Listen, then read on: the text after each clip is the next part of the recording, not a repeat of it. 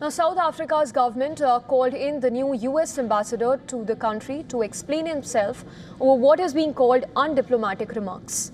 Foreign Affairs Minister Ronald Lamola said that Pretoria summoned the new US ambassador to explain these remarks about South African racial policies and court decisions. Ambassador Leo Brent Bozell, third, a conservative activist appointed by President Trump, took up his role in Pretoria last month.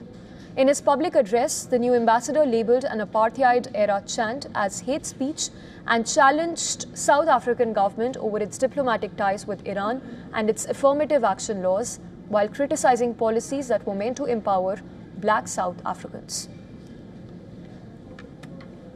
We view the US as a strategic, important player in geopolitics. It will be important that South Africa and the US, there is a bridge of engagement and communication.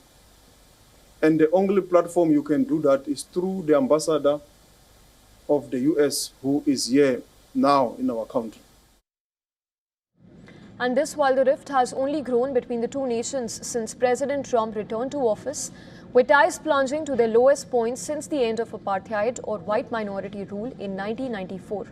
Trump has been critical of South Africa's black-led government, alleging minority white farmers are being targeted in a campaign of violence and killings. Last year, Trump even confronted South African President Cyril Ramaphosa with those claims at a dramatic White House meet, straining ties further.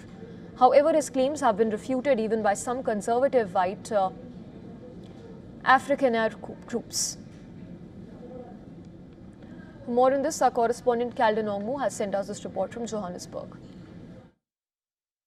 As if the diplomatic relations between Pretoria and Washington is already not bad enough, a newly appointed US ambassador to South Africa, Brent Bozell III, created a stir with his recent remarks he made at an event where he criticized a court ruling that said, "Kill the Boer or kill the farmer" chant isn't hate speech.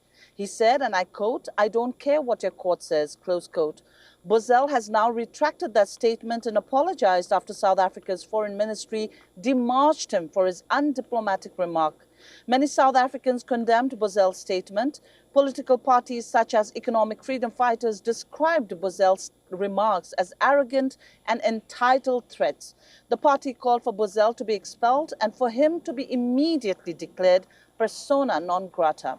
This is Calden Ongmu from Johannesburg, South Africa for WION World is One.